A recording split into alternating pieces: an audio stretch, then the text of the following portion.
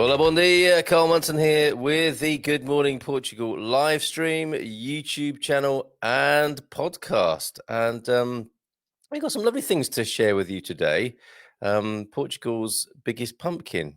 It's a bit different, isn't it? And then let's kick off with that. The word of the day, therefore, is Abóbora, and we will come back to that a little bit later on.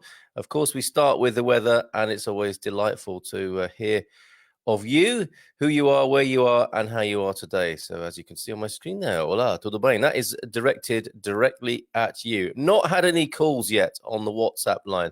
I was hoping some people might record me a WhatsApp message. 913-590-303.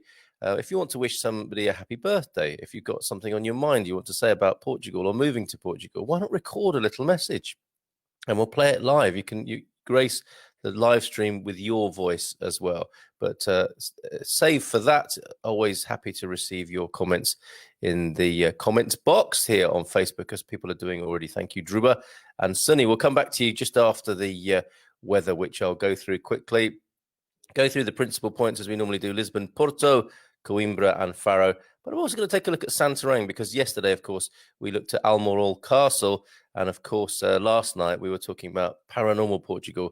And I believe Entroncamento, which we were talking about last night, Entronc, as some people know it, is also in Santarém district. So I will tell you about the weather in Santarém today. And also weather by request. If there's a district that we don't normally cover in the weather and you'd like a weather check, just let me know. Just shout it out in the comments where you are, or where you'd like to be, for that matter, because we know there are a lot of people who watch the Good Morning Portugal live stream and shows and listen to the podcast who want to be in Portugal one day. And it's almost like this is part of keeping the pilot light lit in their journey over here to Portugal. So, yeah, good morning to all of you wannabes, and I mean that in a really nice way. Lisbon this morning, 20 degrees and overcast, rising to 25 with rain today, Wednesday, the 23rd of September. Slightly sunnier tomorrow and Friday, but still cloudy. In Porto, it is raining at the moment, 18 degrees, possible light rain all day is the general forecast, rising to a high of 22 degrees and a low of 14, and rain there in Porto today and a cloudy day. Coimbra's weather today, possible drizzle. So a distinction between Porto and Coimbra. Possible light rain in Porto, possible drizzle in Coimbra, and it will be 24 degrees the high, 14 the low, and a rainy day in Coimbra forecast today. Faro, however, sunny, partly cloudy, but sunshine peeking out from behind the clouds. 19 degrees at the moment, rising to 24. So let's go to Santarém now. Great, one of Portugal's great districts, I think. I believe Tomar is in Santarém as well. A very interesting district, and one worthy of consideration if you're still at a loss as to which part of Portugal to settle in. I would put Santarém high up your list. Actually, a lot of diversity, quite a close concentration of medium-sized towns, or cities as they would be called in Portugal. A district worthy of consideration, and 18 degrees and mostly cloudy today, rising to 25 and rainy.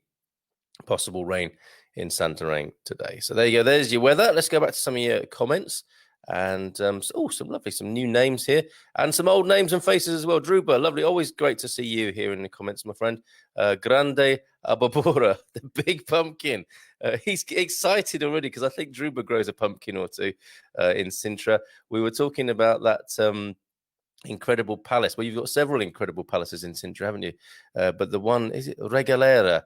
That rather spooky, mystical palace that you have there, we were talking about last night with our wonderful guest Jacqueline Mary Brown, who joined us last night. We talked first of all about Paranormal Portugal. We went to Entroncamento, of course, where there are alleged to be three-legged chickens and eggs that weigh a kilo, meter-long beans, and a plant that grows both tomatoes and potatoes on it. And this was a time, apparently, when all of that was popular and being reported in the Portuguese press, and brought notoriety to an otherwise quite dull place called Entroncamento, allegedly. I'm not saying that. But it was a time when big vegetables and multi-limbed animals would fill the newspapers and satisfy people's curiosity. And we talked about this with Jacqueline Mary Brown last night, who was a very popular, big star on Good Evening Portugal last night. And hundreds of views on our on our live stream last night. It was lovely talking to her, not only about paranormal Portugal and people's fascination with curious things, but also her. I was going to say self-proclaimed expat elder. Actually, I proclaimed her that, and it was a title she gladly has taken hold of. So she is an expat elder, and we need them in our community, don't we? The older folks with the wise heads on their shoulders. They've seen it all before, and they can speak to us calmly and wisely about some of the predicaments us younger folks find ourselves in. She did that last night, spoke of her faith, and some remarkable atmosphere last night, and you can watch that on the live stream before this one, of course, that went out last night. Good evening, Portugal. Tonight, of course, is Hola Americas, where we talk to folks across the pond. I saw somebody questioning why we call it the pond. Yes, the Atlantic, across the Atlantic, bigger than a pond, of course, but it's that special relationship, is it not, which makes it feel like a little pond that is between us, between North America and us, and South America and us, for that matter. So a program focused at the needs and aspirations of people on the other side of the Atlantic tonight for Good Evening Portugal this evening. Today as well, of course, we will be looking, now that the seasons have turned from summer to autumn, we've a beautiful Fernando Pessoa poem for you about autumn. I might read it in Portuguese, I might not. I can do that by popular request. Do you want English? Do you want Portuguese? Or do you want both? I'm happy to give it a go and risk my reputation, already in tatters reputation. But yes, good morning to you, Druba, and well spotted, Abóbora. And good morning from Sintra. Sunny is in Teignmouth in the UK. Hola, bon dia. Grey here in Teignmouth today. Pretty much like that here as well, Sunny. It's that sort of, as that the British poet, who was that, who said the season of mists and mellow fruitfulness. Can't remember, but such a beautiful description of autumnal weather, and it's so much to do with that feeling of going back to school as well, isn't it? Grey, miserly atmosphere. Hola, ao Galo de Barcelos. Oh, and that's somebody directly. Ricky Santos is saying hello to my friend here on the screen, screen right, saying hello to the cockerel of Barcelos, which is a great legend and story in its own right. I believe that's what he's saying. Anyway, look at the cockerel of Barcelos. I'm thinking he's referring to the guy on the right. Hola, bon dia from a damp and cool Hampshire. Outono chegou. Enough already of autumn after one day. I'm sorry, Paul, we're going to be doing an autumn poem. If it's all too much for you, I do apologize in advance. Doug is here as well. What a great name. Doug Hugers. I'm thinking there. Is that because it's hello from Praia de Neffin in Wales, from Neffin Beach in Wales, with a Dutch sounding name, or is that Welsh? It looks like Hughes, doesn't it? But it's Hugers. So there you go. Good morning to you. A new name on the screen and a fantastic profile pic that some of us older folks will remember of the little girl with her toy there in her blackboard. Before TV was constant, when they used to give it a rest occasionally, like after about 10 in the evening and until 10 in the morning, probably, when it was thought we didn't need TV all the time. Younger folks, there was a time when our culture didn't need the TV on or transmitting all the time. That said, people left that on, didn't they? They left the test card on just for a reassuring presence. So lots of people got to know the face of that little girl and her clown toy there. Thanks, Doug. Good morning from the marshes in Fundão, feeling fresh after some rain through the night. Yeah, it's a lovely feeling, is it not? I imagine Fundão looks beautiful at the moment, Julie, as you toast the landscape with your ice cold glass of Mateus Rosé. I'm sure you're looking out upon a beautiful vista in Fundão at any time of year, but especially autumn. I imagine in your garden is very special at the moment. Gerlinda Van Nuffel. Wow, fantastic names this morning. I would like to be in Carvalho. Bon dia from Belgium. Good morning, Belgium, this morning. And Gerlinda there. Thank you for letting me know where you'd like to be in Portugal. So we all do a kind of fingers crossed, everything crossed for you folks who want to be here in Portugal, that you will be here sometime soon. So yeah, all the best with your plans there, Gerlinda, and lovely to hear from you. Bon dia, my dear, from Sean Maguire, of course. Whenever I say bon dia, my dear, it'll be Sean. in Castelo Branco. Natalie, bon dia from rainy Milton Keynes. I want to be at my house in Ermida Sado. I'm sure you do. Good morning to you and Vitor this morning. And here he is. Thanks, Natalie. Old faithful reporting, bon dia. It's like the live stream sheepdog, Gary Austin. Good morning, Gary. Wasn't it a brilliant show last night, talking to Jacqueline Mary Brown? Bon dia from Will Thompson, who's continuing commentary on COVID. You really should check out.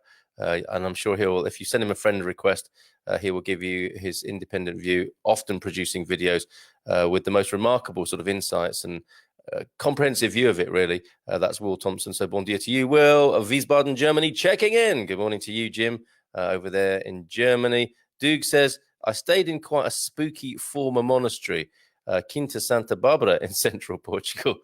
It sounds like a Scooby-Doo plot already, Doug. What happened, mate? What happened there?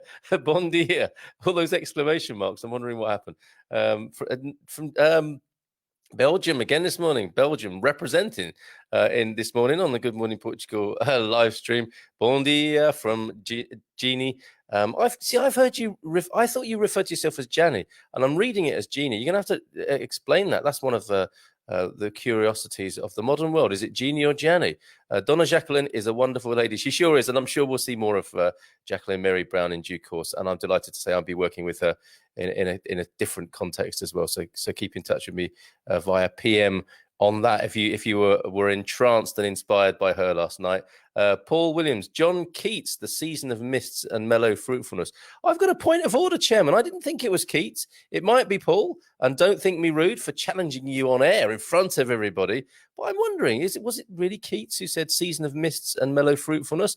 We might have to come back to that. Or we'll have it out in the Expat Man Cave.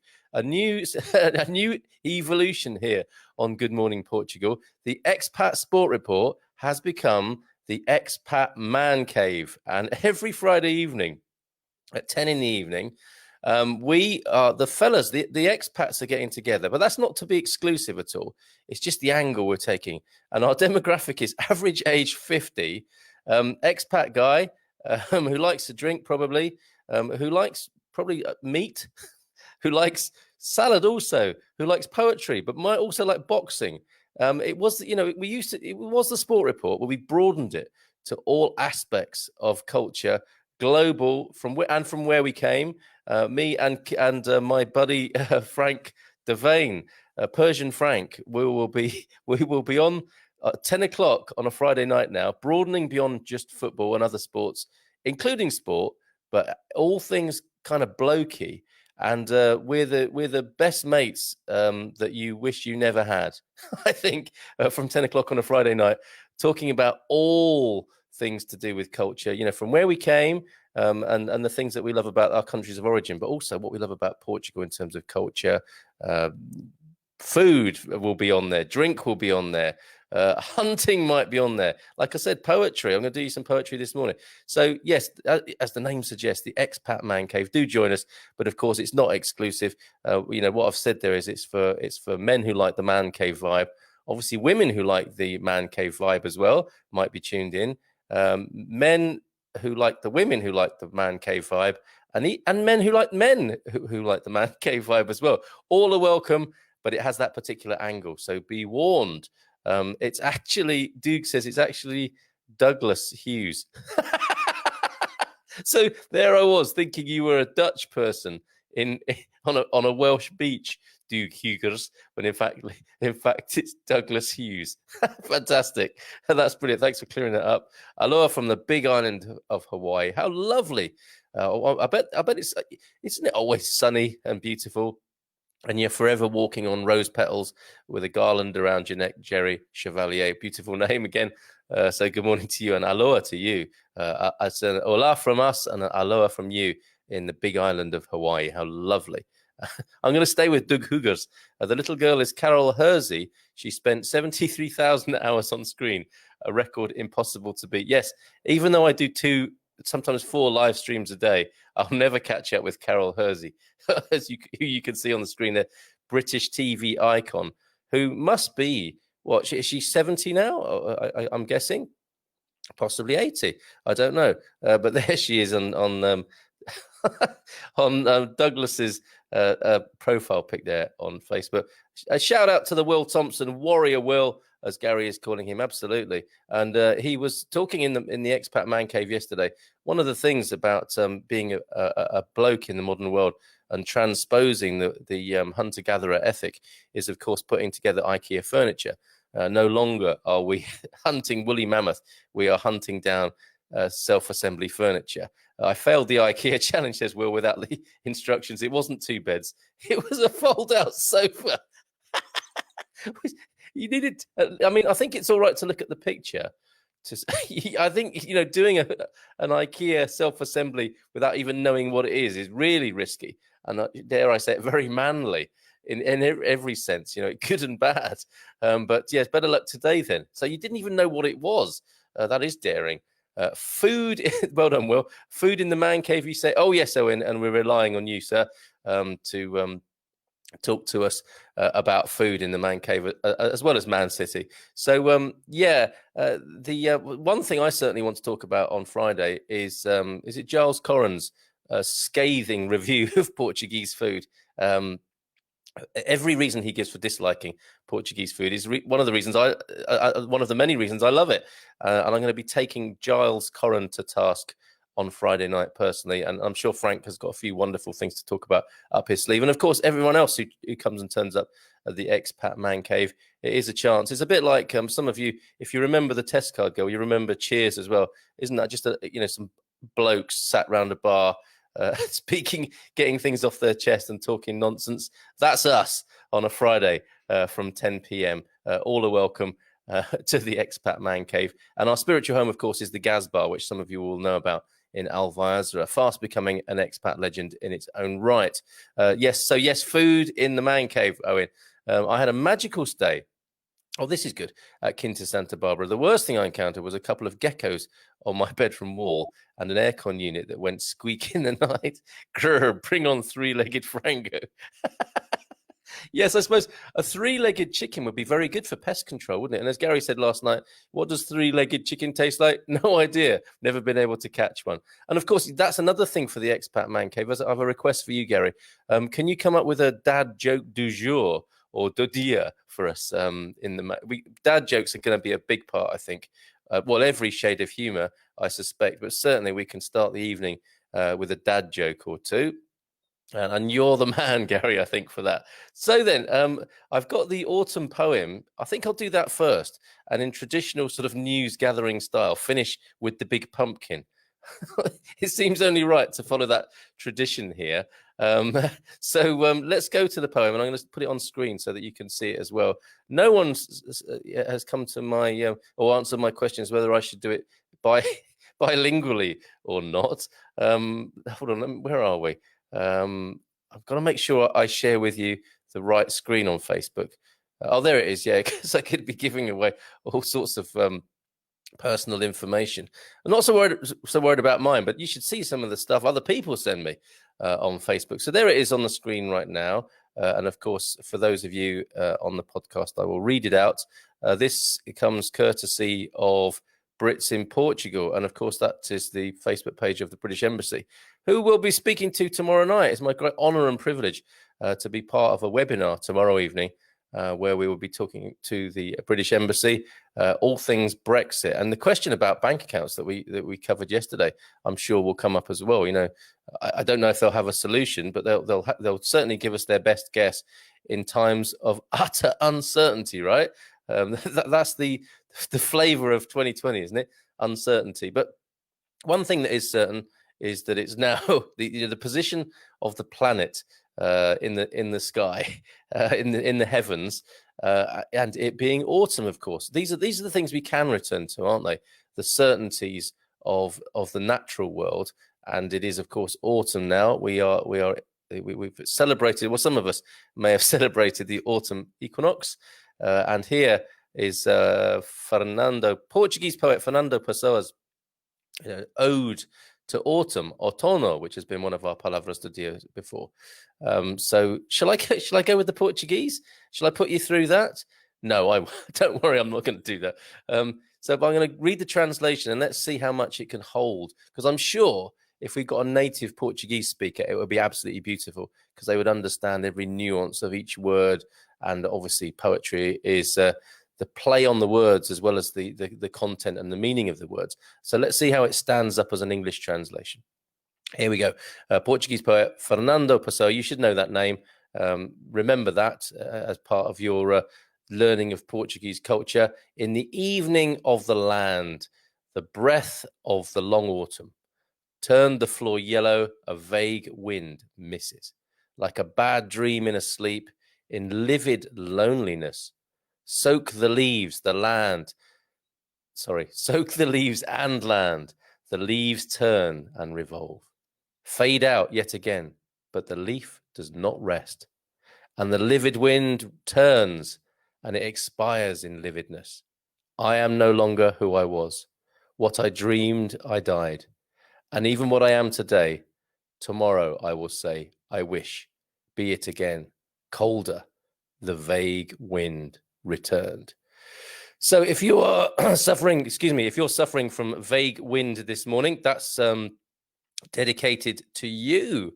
That's a lovely turn of phrase, vague wind. And I challenge you to use that in conversation today. Let me know how you get on with that tomorrow morning here on the live stream. So back to your comments this morning.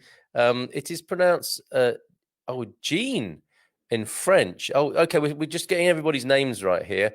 It was Sarah like Tara last night. That's a really good way of me remembering. I want to get your names right. It is Jean pronounced in French, or Johnny, but with an IE sound behind. Johnny. Okay, so I'm going to go with Johnny. So not Janny and not Jeannie, but Johnny. But all my English friends say it like you. No problem for me. Well, that's very kind of you, Johnny. I'm going to go with Johnny. Yes, but I like to get these things right. Thank you for that. Gary Austin, I'm preparing an inaugural program on Friday with a link down in the Gas Bar.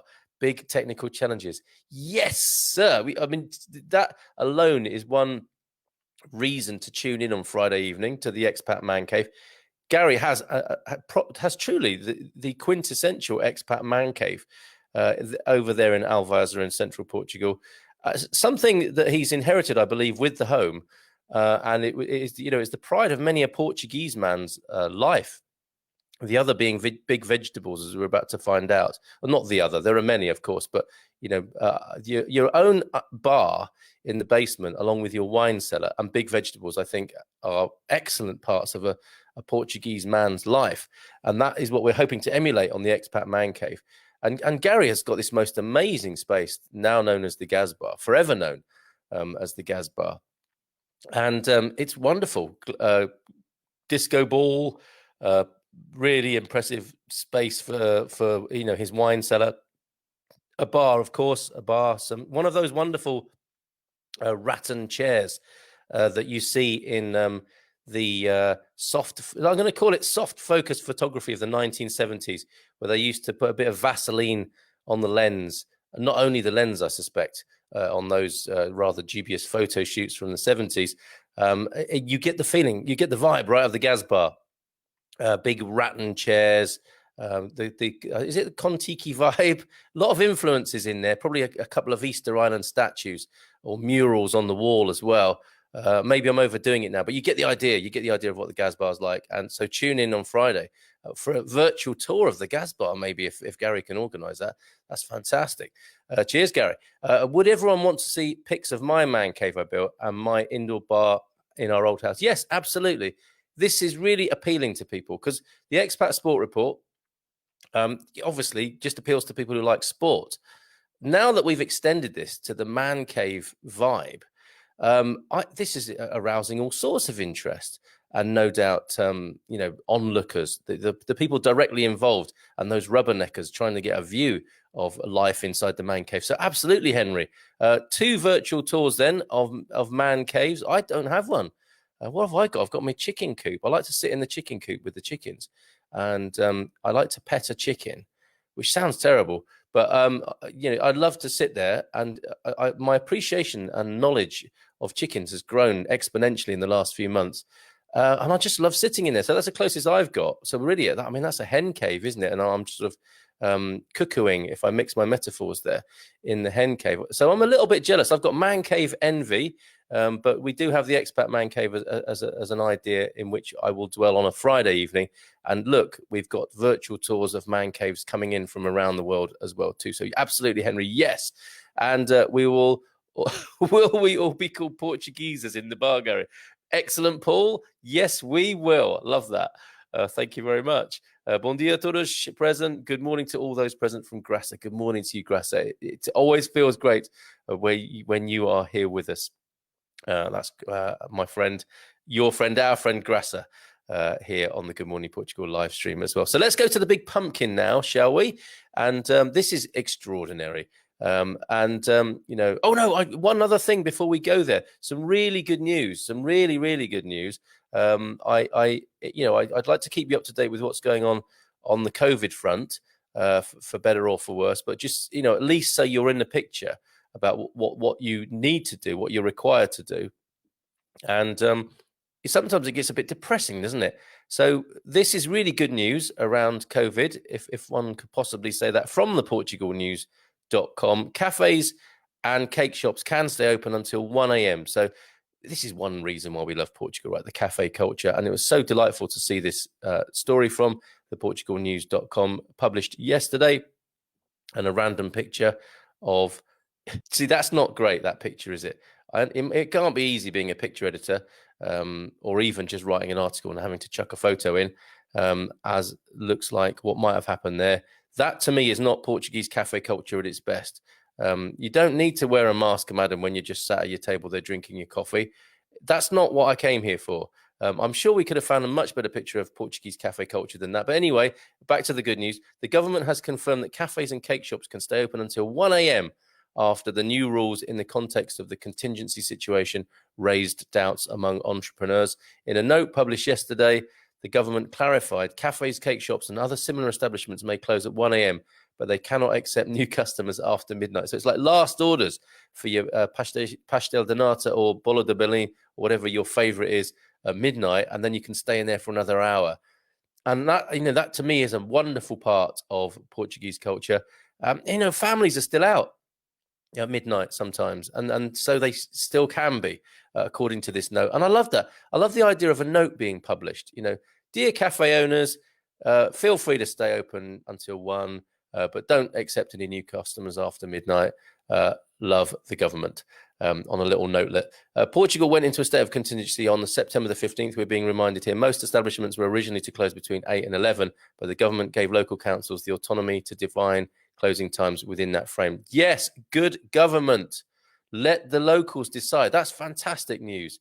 And hoping to see more of that local interpretation of central government suggestions, serving suggestions, societal serving suggestions from central government, and local interpretation. That's got to be the best way forward, has it not? So excellent news there. Cafes and cake shops can stay open until 1 a.m. Marvelous. Okay, so back to the big pumpkin then. You're going to love this.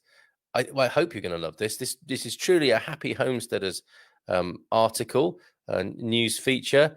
The biggest pumpkin comes from the Algarve, and here it is. Look at this. She's called Isadora, and I'm going to put on the screen the Palavra do dia today, which of course has to be Abóbora, which is the word for pumpkin. And we see there that it's feminine with the A on the end. So we are going to refer to this big pumpkin as a she, and she has a name, and she is called Isadora. Isn't that lovely? And look at that happy gentleman there who we're going to find out more about. He must have a big man cave in which to store that bad, I was going to say bad boy, a bad girl, in fact. Portugal's largest pumpkin, Isadora, from the Portugal resident a couple of days ago, is Algarve grown. A barman from the Algarve, who spends most of his free time farming, has produced a massive 696 kilo pumpkin, which has been hailed the biggest in Portugal at a giant vegetable contest in Paredes last weekend, an achievement he'd already celebrated last year. He's really surpassed himself. Excuse me one moment, just have a sip of water here, sip of Portuguese water, no less, from the ground. That'll be linda, wouldn't it? If it's agua. Okay. Yeah, back to the big pumpkin now.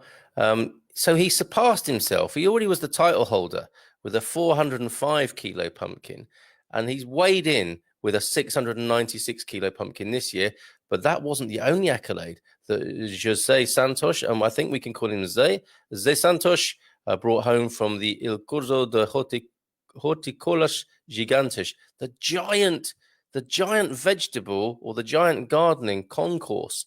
He also produced the largest watermelon. Goodness gracious, 53.5 kilos, and a melon, misses. A big melon of 11 kilograms. Good heavens.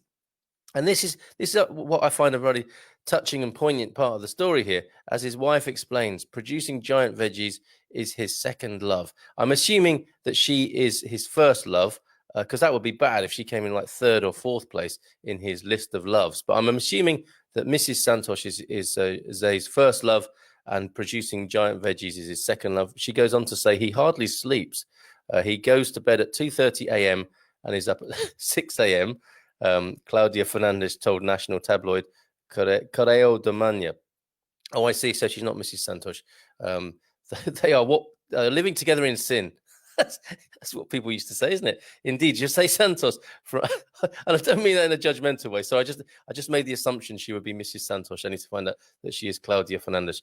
Indeed, Jose Santos from Padern already has his sights set on next year's contest, and I imagine he is causing his competitors to quake in their boots, because I mean, this guy's the man, isn't he? After this year's, he's the daddy of giant vegetables. After this year's success, thanks to Pumpkin Isadora, which is now sounding like one of those Depression Daniel or Hurricane Henry. Pumpkin Isadora, he is aiming to produce a 900 kilo pumpkin next year. So we went from 405 to 696, and now he wants to go to 900 kilos for next year. There are a lot of things that can be improved upon, because we always learn from our mistakes. But the climate plays a large role in the results we can achieve, he told CM Correo de Manha. The seeds he uses to grow is some secrets here. The happy homesteaders, listen up. This is Michael Brujo put in this story to the Algarve resident. And the Portugal resident. The seeds he uses to grow his giant vegetables, he says, come from producers in the UK, USA, and other countries. Oh, that's the secret bit, isn't it? He's not disclosing which other countries, which have a history for this kind of achievements. Amazing. So they're finishing with the picture of Zé Santos with his 696 kilo pumpkin there. I mean, what happens with that? Does it get given to a food bank for chopping up, and you get a little bit of pumpkin, or is it like a pumpkin party bag where everybody gets a piece of that on their way home from the giant vegetable competition? Who knows? But what a wonderful story today on the Good Morning Portugal live stream. Let's go back and conclude with your comments today. So let me just, yes, I think we should be called Portugueses. That's really great, Paul. Ty says, nothing worse than sitting in a garden on a sunny day, stroking your chicken. Sorry, nothing wrong, not nothing worse. I feel validated. I feel acknowledged. Thank you, Ty, for saying that. Yes, because there are all sorts of. I mean, going back to the earlier comment of the cockerel of Barcelo, that could have been a very messy conversation. So thank you, Ty, for saying that. Nothing wrong with sitting in the garden on a sunny day, stroking your chicken. A bit like holding the donkey's ears, right? Douglas says, things to find in an expat man drawer. Oh, this is good. People are loving this stuff. Bottle opener, check. Redundant UK coinage, check. Old UK SIM cards, check. Check. All 10 of them. Frayed cork wallet. What is a cork wallet? I feel like a bit embarrassed that I'm not a proper expat man cave Portugueser, because I don't know what a frayed cork wallet is. Do you actually collect corks in a cork wallet and you can sort of get them out and sniff them? I wonder. Out of date bug repellent, now resigned to mozzie bites. Oh, come on. Portuguese, surely we would just scratch. We just let the bugs bite us. We're tough enough to withstand that. In our skin is becoming more leathery the more time we spend in the sun, and then we just scratch them off our skin. We don't use any pharmaceuticals. And keys of an old UK car long since sold. This has to be a feature, Douglas. The expat man drawer. I love it. This is fantastic. There are other things. I can see my virtual expat man drawer here. Those things that you can't, something that a child made you out of plasticine that has now hardened, but you can't throw away. It's kind of in 2 bits or whatever. Expat man drawer. Absolutely love it. Brilliant, Douglas. More, and please tell me what a cork wallet is. I need to know. Morning from quarantine under grey skies in Norfolk. Wish we were still in Oliao. Yes, I wish you were there too, Kate. Not in a bad way, but yes, this is Saudade, isn't it? This is the expat take on Saudade.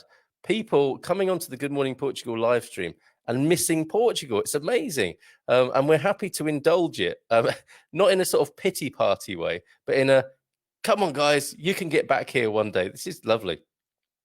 Ty says, thanks, Kay. Hopefully you have discovered what wonderful, loving creatures hens are. I so have, Ty. I really do. And they are so beautiful. We've had them since they were chicks, and they've matured into the most beautiful young ladies. And it's poetic to sit in the humid atmosphere in the chicken coop. Thanks to Grassa, who's here this morning, and see them in all their beautiful glory.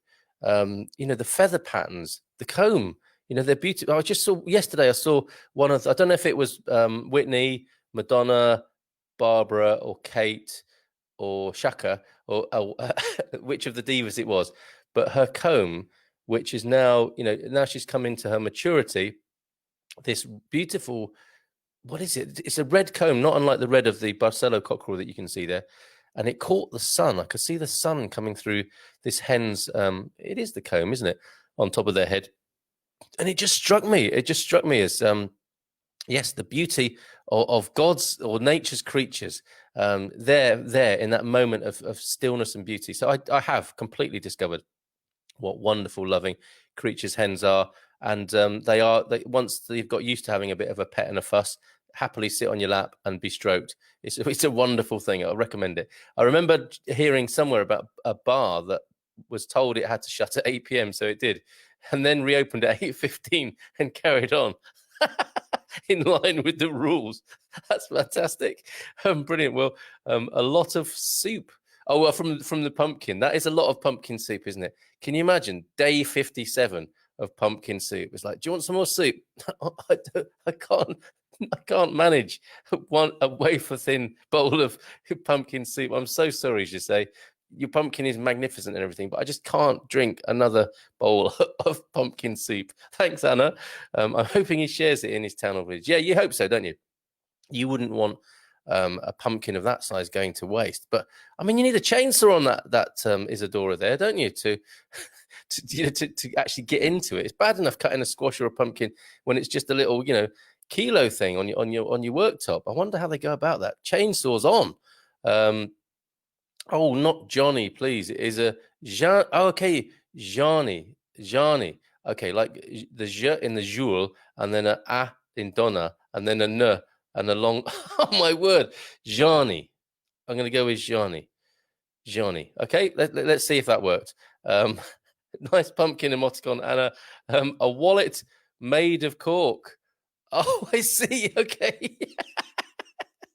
Okay, of course, a wallet made of cork that you bought on one of your first trips to Portugal. I get it now. I get not like a presentation case of all your old corks, but to be fair to my mistake and misunderstanding there is going to be one or two corks, aren't there? There's that cork we go, that could be useful. I'll cut it up, and that's what you need in your man cave, is that not just your drawer of those things, car keys and SIM cards and stuff like that, golf tees, but also the other drawer in the man, or the box in the man cave, of old screws and fixings. And there should be a cork or two in there, in both places. There are old corks, aren't there? And that cork of that really nice wine you had, so that you can give it a sniff. and it's got nice graphics on it or whatever. So corks will be in there somewhere, I am sure. Thank you for clearing that up, Joe. Lots of old charging wires in man drawers. Yes, of course they are, Sunny. What you say that with some? I think there is some sort of condescension there of us of this sort of male trait of keeping old charging wires. You never know, and it's a great moment when you have visitors to your house and they say to you, "You haven't got a charger I can use, have you?" And they pull out like a 1989 Nokia, and it just so happens in the man cave, in the man drawer, is the exact right cable to charge that, and that will bring about so much satisfaction and joy, of having stored it for 20 years to finally have that day when you can help a visitor out with that. So yes, it is. I suspect it is a worldwide phenomenon, Sonny, and you will be the beneficiary of that at one point, sometime in the future. I suspect a torch in the drawer that doesn't work, really useful. Paperweight, that is a paperweight, Gary. When you come to do your administration tax return or whatever, and there's a big pile of receipts and there's a gentle Portuguese wind blowing, that old torch that doesn't work can be used as a paperweight. And when you've really got some time on your hands, when the man cave is all tidy, when you've whittled enough sticks for the afternoon, you might even get that torch out and the soldering iron and see if you can get it working again and feel like a true survivalist, ready to face anything that destiny has to throw at you. What about the drawers in the drawers? Trophy drawers in the drawers. I'm thinking, Douglas, it's saying with a kind of carry-on vibe there. Oh, naughty. Yes, drawers in the drawers. Let's draw a veil over that and conclude today. There we go. Always our aspiration. Thanks, Douglas. Great to have your company this morning. Come again. Welcome anytime. Come again. Bring a friend, as Joe used to say at Joe's Cafe in Sheffield all those years ago. We aim to finish at 9:30. Never do. Usually around 9:45, as it is again today, what with all your lovely interaction. So have a great day. Join us tonight if you are American or interested in helping Americans, as some of the expats are. We get questions. We get transatlantic questions on the Hola Americas show tonight on Good Evening Portugal. And some of you excellent expats are here to help out with insight and input and contributions about life here. Let's just leave that on the screen from Douglas. And I wish you a very good day and see you tonight or see you again tomorrow morning. Take care. Bye for now. Beijinhos.